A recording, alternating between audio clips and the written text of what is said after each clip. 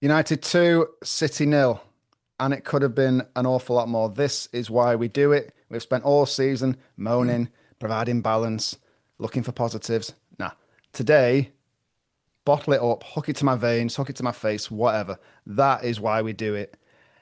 I want to see players being dragged off the field because they're empty at the end of the game. I want to see people screaming in the Stretford end. It was everything. And I am absolutely thrilled to be joined by Nik Storey to pick the bones out of that delicious fare we've just been served. Nick, how was that for you? Not bad, Celebration. thank Good. you. If there was ever a day for it, if there was ever a day, that was magical, wasn't it? It was after a week like that, not even a week like that, after a sustained spell, particularly this week, of just criticism raining down on all aspects of the club. You know, the fan base getting pelters again from other fan bases. We're being made to look fools. The players, the coaches, coaches' wives, in some cases, getting Yeah, yeah. called out in the press. It's been open season, so maybe that's what we needed to really batten down the hatches, have a good old fashioned siege mentality and go and say, you know what, we're going to go and absolutely storm everyone, going to catch everyone by surprise and show them what we're actually all about. I loved it. I loved it. I'm all about the passion and, like I say, and the fight that you saw out there, flying into tackles, just making life harder for the opposition rather than making it so easy as we have done. How was it for you? Everything you've just said, everything you've just said, that is the fans in us, isn't it? You watch these games for that reason. Forget the City fans' kind of hubris leading up to this game, and it could be a cricket score, etc. Amount of text I'm receiving, and I just thought they played it too cool, if I'm being too honest with you. And there was always a chance of this. There was always a chance of this. Make no mistake about it. Maybe we didn't think a 2 or 3 nil, etc. In the ease in which we did it. We talked on the preview around, an opportunity to go at them in retreat, when they're in retreat, a bit of counter pressing strategy. Let's get direct through balls into what could have been a smaller, pacier striker such as Mbumo in the end, ahead of Sesko. And that proved to be the case. It was absolutely wonderful, absolutely wonderful. Forget the analysis for a minute, like you say. That was an incredible performance. I'm not with Keno in the post match. This kind of, yeah, okay, let's see next game. And let's forget that. This is now. This is the game. This is what happened today. This was the Manchester derby where we were, where City were overwhelming favourites leading into it, with splashing the cash this week on two of the Premier League's hottest prospects, and Semenyo starting the game, of course. And this was a well-deserved win. This was football. They out-footballed them, out-thought them. The Carrick out-thought Pep Guardiola, and we'll come on to those bits. And the fans were up for it. It's been a big plus, and it's been a big plus for the signing of Mickey Carrick as well. Let's not forget that this was a superb, memorable derby win. One of the best performances we've seen since Sir Alex Ferguson. That is no exaggeration. We can absolutely dig into the bones of it, of course. Let's start by throwing the credit towards the way of the head coach. How did Michael set us up to achieve what he did? I suppose in and out of possession, but also in kind of any little attitude changes or anything else, any little details that you noticed. Yeah, well, let's do the reverse way round. Let's talk about the outer possession stuff, which I thought was superb. And although you could just say, oh, it's a 4-4-2 mid block out of possession, and when City, get the ball in just outside their penalty area, that was the obviously the coach, the routine, the instruction, which is common in a 4-2-3-1 in possession. It was really well put together. It was really well put together from, Mbumo not necessarily pressing Kusanov and Elaine, from Bruno waiting for the ball to go to a Rodri, and he also had Bernardo in his sights, of course. So Bruno's ensuring that he's left 10, so to speak, in that central role. But when the ball's coming out, he's been asked to watch Bernardo as well as Rodri if Mbumo can't make the Rodri press. So I thought that was first and foremost superb. We've not gone gung ho. We saw a little bit of that under Amorim in a high press. We saw it under Darren Fletcher. We've not seen that. We've seen a more structured, more carefully delineated approach on this mid block press, and it was superb.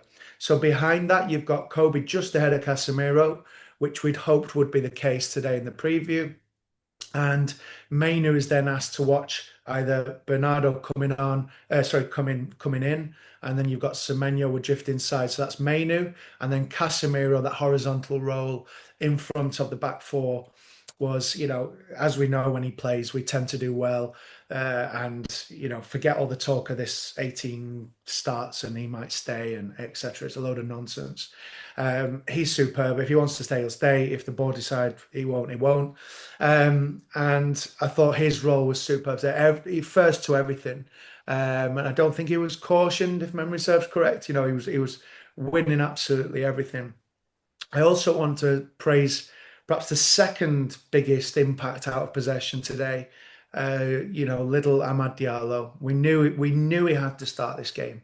He had to start this game because of his out of possession stuff, and that's credit to Amorim in terms of his right wing back role and how he's worked on him from a one-to-one and defensive transition perspective. And boy, was he magical today, both in and out of possession. And crucially, because Dallo had that early yellow card, again, you might want to discuss that later, Steve. I thought Ahmad's role in getting back, allowing Dallo to stay fairly central in that kind of pocket on the right back position, and Ahmad being the first press to Doku, and then Dallo then watching for any overlap from a Lewis or later on O'Reilly. So Ahmad's rollout possession was superb, and not necessarily because Dallo had got the yellow. That's just a Carrick piece of coaching, and it was wonderful to see, creating that kind of back five, if you like, six at times when you had to drop in an ultra deep block. So yeah, the out of possession stuff was amazing, and then Carrick and Leach are taking it in turns to watch Haaland. Shaw coming across to be the secondary defence against Haaland as well, and of course, I'm sorry, Nicky, but that was Martinez having Haaland in his pocket, not the other way around. He's not an individual who tends to need added motivation, is he, Leacher? But you could see it looked personal for him today, going out and proving a point, and he was Maguire as well. Magnificent, the pair of them. Unbelievable. Again, we talk about selections and decision making.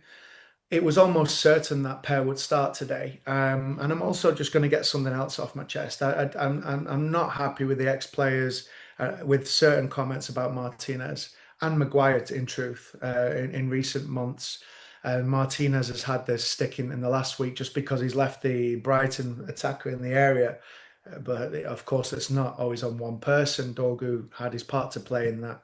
And there was the Burnley one where, yeah, I've picked him up on that as well. Of course, the Anthony goal, but he is definitely worthy of his start today. You're going to go with experience against City.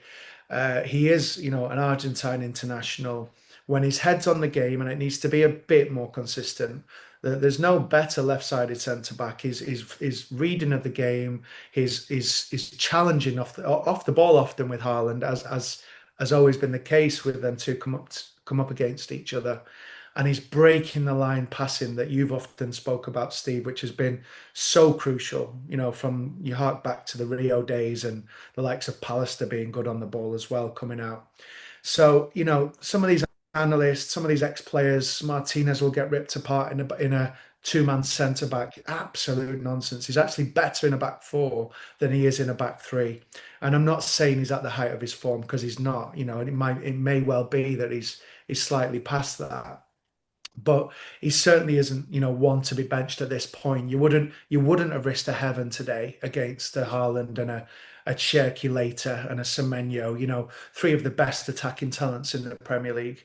And Maguire, given his minutes in the last two games, I think was always going to start for Michael Carrick. Again, the right decision Euro is not at the races at the moment, and we've said that time and time again. It's no slight on the young Frenchman. So like you said, we did it back to front, the out of possession stuff first. How about in possession? Because obviously he's got his selections right. How did he set them up? How did he platform them with the ball? Yeah, again, just superlatives all around, really. We said, didn't we, that Cunha, if he's playing, it'll be left side drop coming inside narrow, and it is a risk given his form.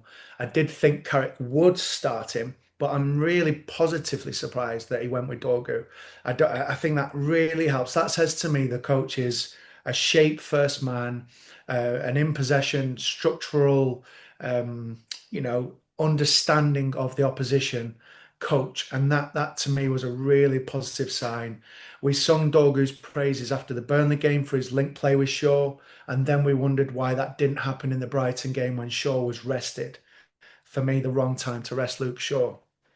Um, so yeah, although we thought Cunha, I think the rest we were pretty spot on with, and I think kudos to Michael and Steve Holland and Jonathan Woodgate. They've got that correct.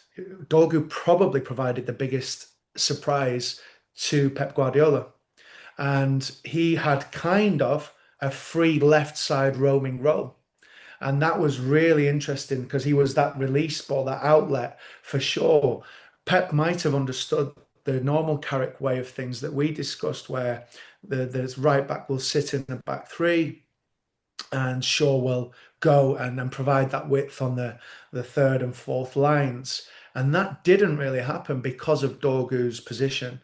And Dorgu was narrow off the ball, again watching for Bernardo, sometimes Rodri, but often Bernardo and then Semenyo. And Shaw was able then to support Leacher with his, man job, one-to-one job on Erling Haaland. So it was superbly worked. It was a flat back four for the majority. Again, something that might have surprised Guardiola and Linders.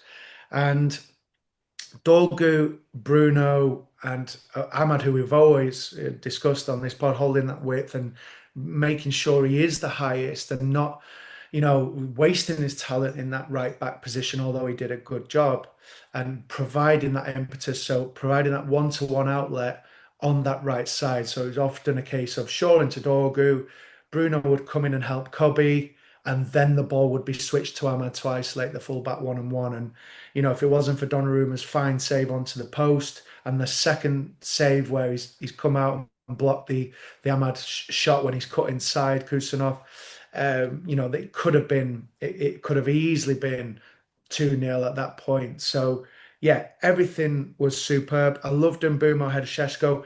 I'm not going to lie, we did discuss Šeško getting 3 games in a row where he's got obviously the potential to score in consecutive games.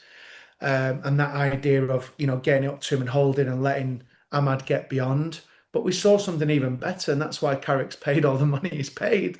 We saw Mbeumo playing like we've asked for many times, you and I, this season, as the last man.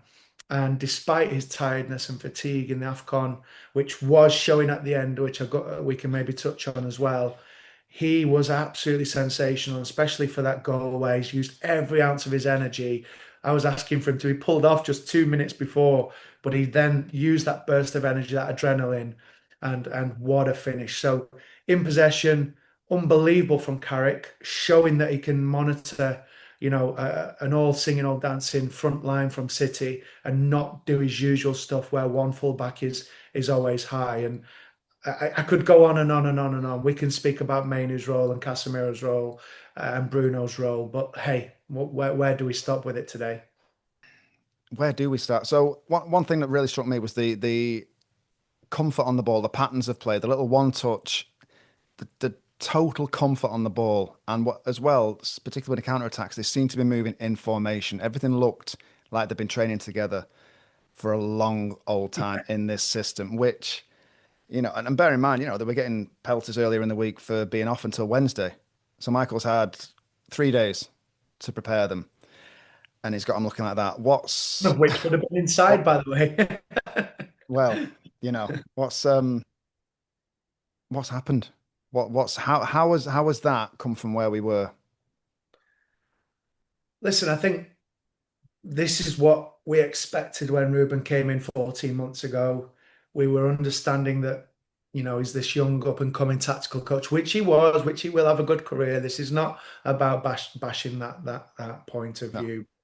But this is what can happen when you coach an 11 that is quite easily in the top four 11s in the Premier League. Now, you could argue Aston Villa and Chelsea. It's one of those three that make up that top four. So I'm not going to go too hyperbolic, but this is a squad that's been developed over the last 18 months, over £500 million spent on it, and lots of dead wood, if you like, been cast away. The likes of Sancho and Anthony that were never really part of the Manchester United rhythm of things. Rashford, we can discuss. Garnacho, we can discuss. I think they can take up 2 hours in their own right, so we're not going to go too deep there. But this is a squad that's been developed, and when you replace a forward line of that with Mbumo, Cunha, Sheshko, you put Ahmad in, which he wasn't always, flavour of the month under Ten Hag. You go to a back four, which is crucial. We've said time and again, it's not just about, everyone talks about it. Not, oh, back three versus back four makes no difference. It does make a difference. It does make the starting positions in possession are absolutely crucial. So it does make a difference. And then your instruction and principles are the major difference. And Carrick has done that in 3 days. So again, let's not get ahead of ourselves. There's a touch of Roy Keane a little bit about, what's going to happen in the next 2 to 3 months. Yes, we may get beat by Arsenal 3-0. Right, I get it. But what we saw today was a well-coached 11, perfectly timed subs, perfect rhythm to the game, up, back and through, central progressions, chance after chance. And I'm going to credit one of the tactical accounts I follow on Twitter, Sonzo, who's a coach, who rightly kind of reflected that this was a goal scored with the first touch ever since Fletcher took the game at Burnley. So every goal we've scored has been in transition, first touch finish. And that to me says everything. And that to me says we're finally platforming players to their strengths. And it can happen. Make no mistake about it. If your coach is decent and the staff are decent and you put time in on the training ground and the tactical analysis room, games like that can happen. So we know it's not the players now. Let's put that one to bed. It's been gone on and on and on. It is a psychology of the players. I get that. I get totally. So I've always said football's a game of psychology. I think that from Busby, Shankly, Ferguson, they've all said as such. But if you coach a good team of good skills and good quality, that's the outcome you get, regardless of what happens against Arsenal. So are they thinking more or are they thinking less? Is it more on instinct or is it more on instruction? Good question. I think they've done the thinking on the training ground. I think they've been, there's been discussions. It won't all have been there, would it? On the green bit, it's discussions. It's one-to-one coaching. You can imagine the hours that have gone into the Mbumo with his one-to-one direct play against the soft Kusanov and Elaine, with Diaz and Stones out and Ake been playing in and out of the team. You can imagine the discussions with Kobe Mainu saying, I believe in you. You're not a 10.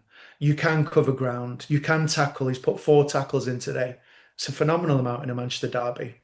He's put in numerous interceptions. His passing statistics were 91%, which is great in a derby. Started quite slow with his passing, grew into the game. His close control, there's one way he's took it past Rodri as if he was a schoolboy in the centre of the park, which opened up the pitch for him. And off he went over to Dorgu, if memory serves correct. There was times when he sat next to Casemiro in front of the back four. He can be a defensive number 6 player. He can be a DCM. Make no mistake about it. So Kobe's in at last, and that's not to say Ruben was always wrong. He wasn't.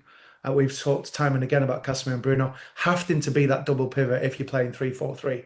So again, it's not a dig at Ruben, but he did have to play more. We all agreed with that.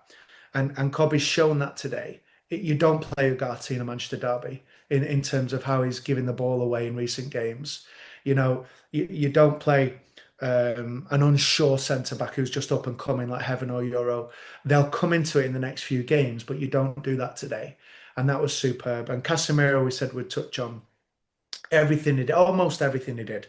There was a couple of things where you think, yeah, he's had an extra touch and he's tiring, but everything he did and the commitment to the challenge, getting round. Often Taylor would give the free kick when actually Casemiro's come round the side. Um, the only criticism you can give to the Brazilian is that chance. I think it was at 0-0 in the penalty area. It's landed at his feet from Bruno, and he's decided that he might go down for the penalty instead of just staying up strong and smashing it in the net. And I think that's the only criticism I can give him today, because he did think about the penalty. There's no way Taylor's giving that, and I think he realised that, in a millisecond too late. So yeah. Were they thinking too much or too little? Too little on the pitch. And that's the beauty of it, isn't it? Let the instincts of these fantastic players take over from the coaching where the thinking had gone on. In terms of, it goes back to the old thing, Manchester Derby, you've got to earn the right to win. And it was pleasing to me that they got stuck in straight away. I think it was 2 bookings within the first 15 minutes. I've not seen it back. Was there a question mark for you over whether Dallo should have gone? Because at the time, I sort of turned to the guy next to me, Bob, and said, he could be off here, just because of the angle that he came in at and the reaction you saw from Doku. It looked like there might have been something more in it. Having seen the replays, what are your thoughts? Yeah, listen, I think it is a debate, isn't it? Because he's gone high on the knee. So in that sense, it is a debate. But I do disagree with the studio, and I disagree with Mike Dean, who said it's clear. It's not clear red. It's not clear red. And I tell you for why. It's a bad challenge, but he has just gone to get the ball. The ball's moved, and it glances off the knee. If you watch carefully, which Taylor's paid to do as our number one official in the Premier League, it glanced off the knee. So there's no extra pressure. There's no extra excessive force. I think a weaker referee might have red carded it. I don't think it was a red card. I think it is superb refereeing. I thought Taylor handled the derby really well. Yes, there's some niggly fouls in his game management at times, offering too much to City maybe when they were 2-0 down. But other than that, I thought he handled it well. And if you look at another thing that will to try and balance it out, Dorgu is through on goal after 10 minutes, and Kusanov gets a really good touch. There's only ever so slight tug. There's not, you wouldn't even call it a tug. And Dorgu goes down. How many times have we spoke about the Dane this year? He's got to stay in his feet in those positions. It caused us another counter-attacking threat in behind. If he stays on his feet and pushes Kusanov away, he's in on goal, and we go maybe 1-0 up, or we get a good shot on goal. And he did it again later in the game as well. So although it's one of Dorgu's best games in a Manchester United shirt, I have to say Taylor handled that aspect well as well. Like you say, one of his best games so far. Obviously, he headlined it with a superb finish, a goal from a cross. Imagine that. But in terms of going through the goals, let's start with the first. Bryan Mbeumo, welcome back. What did you make of the circumstances under which that goal came about? Yeah, too many superlatives. I love him. We've talked at times about his off the ball, or shall we say back to goal issues when he's in that right 10, and therefore getting sucked into the centre of the pitch. But what does Carrick do? He profiles him on the last line as a 9 straight away, knows that's where his strengths are, where his understanding of that, last line running comes from, his direct style. The Brentford days spring to mind. And I thought that goal, amplified everything. Sorry, exemplified everything, should I say? It was superb. What he was in the defensive position that they'd been asked of him, just monitoring Rodri. We break out from himself, I think. Ball comes to the side, and then he goes. And I thought that pace was magnificent when he was so tired in those last moments leading up to that goal. He then just makes that move to goal. It's any schoolboy watching, any youngster watching needs to watch Bryan Mbeumo's move there, because he knows there's a threat now in transition. He can see there's one centre back. He can see Lewis tucking in, and he sees that perhaps, I can't remember who the other City player was, but there's 3, and he sees that United are breaking with 4. It's fantastic movement. Most players just stay back and build and go. He sees the space that a Linda side often leaves in defensive transition. that we may have alluded to. Um, and that is the problem for City this year. And boy, did we make it count. What a finish. What a pass by Bruno. Ahmad was the ball every single day of the week until Mbumo suddenly appears and he releases it absolutely pristinely into his path. It's the art of misdirection, isn't it? The entire Stretford end was going Ahmad, Ahmad, Yeah. Ahmad, and then suddenly, before you know it, all eyes are there. The ball is a little bit like Cobby's goal in the FA Cup final. You know, the sort of the like I said, the Yeah. misdirection of it all just sold everyone. And then, like you say, what a finish! And it had to be, to be fair, it had to be something to beat Donnarumma today because he was unbelievable. You know, without the woodwork, without the offside, the linesman's offside flag, without him, you know, that's a cricket score. It absolutely. I mean, you can talk about, by the way, going back to your point on Bruno about Verts. You can talk about Semenyo, Cherki. You can talk about Eze. You can talk about Odegaard. There's no better player than Bruno Fernandes when he's in that position. And that's where we've wanted him. Anyway, I'm not going to go into that. But that's where we wanted him. And that ball in behind for Sesko at Burnley, that ball in today. I thought he started slow, to be fair, apart from his corner where Maguire hits the bar. After that, his passing was a little bit astray. Then he's done a wonderful half volley pass over to Dogu moments later. He's done a wonderful ball around the corner to Mbumo. He's always releasing Ahmad one on one. And that pass there, looking to Ahmad into Mbumo. He's the best player in the world in that position. And boy, we're going to miss him. And then, as you say, Mbumo had I think a lot of us had thought he'd run his race just before the goal. He was on fumes, wasn't he? Running on fumes, and then he goes off, and Yeah. that's a perfect way to talk about Carrick's substitutions. You know, it's nice to have the options back. You know, let's account for that when we look back at the end of Ruben's reign. Is that it came during AFCON when we were severely weakened. Mhm. Michael's now reaping the benefits of that. Being able to bring on Mateus Cunha is no bad thing, is it? No, and perfectly timed as well. I think you look at timings, you look at selections, and he's done that so well. We know that when Cunha's on it, and in games like this, why we thought he might have started because of the adrenaline, because of that's how he comes alive, etc. But he's gone position over player, which is fantastic. And he's come on, holds the ball in pretty much the same way he did against Liverpool at Anfield. Maybe not as nuanced and as tactically aware, but he was superb when he came on. Superb movement, taking it, dummy and Rodri, I remember once, taking it away from Bernardo, and then going down that. Well, he played false nine, so he was going down both channels, left and right. And then it's no surprise then that he gets on that right side, and what a turn. What I want to credit before that, though, which not many did on the studio analysis, was Ahmad's reverse through ball to Cunha. It's outstanding. I think it was here's my little lad who pointed it out. He said, "Wow, did you see that pass by Ahmad?" And completely forgot. And it was like the way he turns on a sixpence and plays Cunha in, and then Cunha's got the run on the fullback, and it's superb. And they blaming Lewis there for not seeing Dogu. I think he sees him, but Dorgu's run is diagonal and it's incisive and it's timed perfectly. That the striker will always get ahead of the defender in those situations if you've got the run on the defender. I think it's initially not stopping Ahmad initially is where the City fault lies and where Guardiola might be looking. But Cunha plays a wonderful pass and Sesko would have wiped that in as well and wiped it up. Sorry, but Dorgu, a couple of goals recently, and he's a bit better when he's played ahead of Shaw, isn't he? And what a finish that is! As soon as he struck you and jumping up, it's you just see the he was very focused today, Dorgu. The half volley on the back post where he's chested it or kneed it and then shot straight away. Some crossing that he did, getting beyond Lewis time and time again. Looking for that kind of breaking the lines pass so that a Bruno or at that point a Shaw will rotate and then playing in Dorgu time and time again.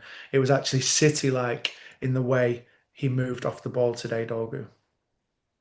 And it's just nice to score, benefit from a pullback. For so often this season and years now, we've not been scoring from crosses at all. It feels like, certainly you've touched upon it yourself, the place, the angle from which we're crossing has just not been conducive to scoring. Whereas if you get into the byline and pulling it back and someone gambles on it, it's one of the most productive ways to net a goal in football, isn't it? Yeah, absolutely. And I think the last one I remember in a similar circumstance was in Bumo's goal, and you'll always tell me better, Steve. Was it that the Sunderland game or Burnley, Burnley. where Ello does get beyond and pulls it across at Old Trafford? Yeah. And that's what we want to see more of. And it is, you saw City do it in the last 5 minutes, by the way, is that finally they came alive with 10 minutes to go. And you see Shirky getting on the ball and they're working that angle where we were very narrow, deep block. And they just play. What they do is it's very clever. And we did that today. Semenyo will look where the last centre half is and stay on that line, not on the fullbacks line. He'll just wait on the centre back line, as did Doku before that, as did Bernardo at times, and they're just waiting, and then it's just the ball in behind, and everyone thinks it's offside, but it's not because the fullback's gone to press, and that's what City do well. But we did that today. Ahmad was the one holding past, Lewis, and then on O'Reilly later on as left fullback. And I thought, and Ake earlier on, by the way. So that was, I mean, that's coaching. That's coaching. It's the plus one. It's the plus one. It's you've got your fullback coming up or Mainu inside, and then the wide player just looks across the back line and waits on the last man, not on his fullback. And it's that simple. That was fantastic. So we saw that time and time again today from us and City last 10 minutes, but by that point they were out of it. And Shirky came on. He came on at half time. He should have been in from the start. He was so direct, wasn't he? And so quick footed when he came on. City were kept at arm's length pretty much the whole game, weren't they? I mean, if you judge it by the amount of activity Sen Alarman's had, he could have been in a deck chair for most of the game, couldn't he? And that's, what's that? Is that following out instructions? Is it communication during the game that's better? Is it better screening from the midfielders in front? Is it more concentration? It's not falling for the sort of misdirection where you often with Guardiola teams get lulled in. What's made that difference today? What's made us so solid? We can only repeat what we've said from the start, the out of possession stuff, and just focus and concentration, and what Carrick said. Let's feed off the Old Trafford crowd today, which was a really good. You can imagine that being the last words in the dressing room before they go out, which has been confirmed by Martinez, and feeding off that buzz. And we do play well in the bigger games, which is a worry, of course. I get it. But feeding off them, focus, staying in your roles and not being tempted to press. Bruno's press for me was symbolic of the coaching that had gone on and the change in feel and direction from Amorim and a little bit from Fletcher, who's a superb coach, but the change in structure on and off the ball, the press of Bruno in particular, who can sometimes go wandering and sometimes and Mbumo can as well. But today, their work at the start, at the head of the field, Ahmad on the second retreat, Mainu and Casemiro and Dogu tucking in as well, was just fantastic. And that has to be the same again, right? So again, I take a draw from Arsenal right now if you hand it me, Mm. but that has to be the same approach against Arsenal, the same understanding, not leaving your space, not leaving your man if you've gone man to man for second phase, and I'm trusting your colleague to do well on the ball and off the ball. So that's what was different today. So Dorgu's come alive, Mainoo's come alive. He's not been superb in recent games. He was good against Burnley. Brighton was average to good and great at times. It was focused, and it was a team camaraderie aspect. I was pointing out during the game how the team is shifting right side when Doku got it, and the shifting back to the middle. Simple things. What we say, cut half the pitch off, but stuff that happened. Make the spaces narrow, make them try and play through you. Don't just keep on showing them down the outside, or at times if you go 2-on-1, showing them inside too often, because that's where City are dangerous. And and just keeping with your man. You know, watching Haaland all the way like Martinez and Shaw did, and often Maguire, but not as much. So that's what the difference was today. And getting shots off on target, filling numbers on the transition and counter attack into the penalty area, giving you that chance. And that Ahmad and Mbeumo do that every day of the week. And so will Sesko, but against the right teams. I mean, it's more physically and sort of psychologically draining, being that fully focused for 90 minutes, 95 minutes. But with one game a week, there's no excuses now. We've seen it. We need to, obviously, with this, like you say, they're renowned as a big game team, United, and it's another big game next weekend, Arsenal. So you can't really judge it. You're going to judge it against Fulham again Yeah, at home, against West Ham at home. But there are, sorry, West Ham away. But there are no excuses. It has to be that application now, and as you say, round pegs in round holes, properly platformed. There's there's no excuses now. Rest of the season is, and we've given ourselves a huge bonus today with 3 points from that. As much as the point. I don't know about you. For me, the points are almost an afterthought. I came away and looked at the table and was like, oh, God, we're fourth. Obviously that will change, I'm sure, during the course of the day and the weekend. But it today didn't feel about points. It was about identity and who we are and where we're going. But also, those points are very helpful to get there, aren't they? They're a nice little vessel. The more points you get, so there are no excuses for the rest of the season. No, there can't be any kind of proper drop off now. It's they've shown themselves. Keep it up. Simple as. keep it up. Play the right players in the right positions. Round pegs, round holes. Attack in the right times. Defensive shape off the ball. Get that right. Keep talking. Keep the communication. Play form players. Drop in out of form players. Drop unsure players. You know, get things right. And that was a brilliant start from Carrick today. And without getting too kind of far ahead of ourselves, of course, fourth and fifth is on. Absolutely is.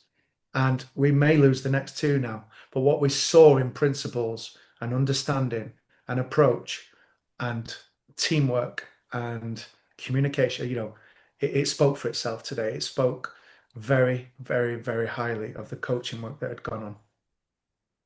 Phenomenal. Obviously, there are far more games to come, days in the future, but let's just enjoy today for now. God knows we've earned it as fans. Nik, thank you very much for joining. I'm gonna go and rewatch that, and I'll see you soon. Me too. Enjoy.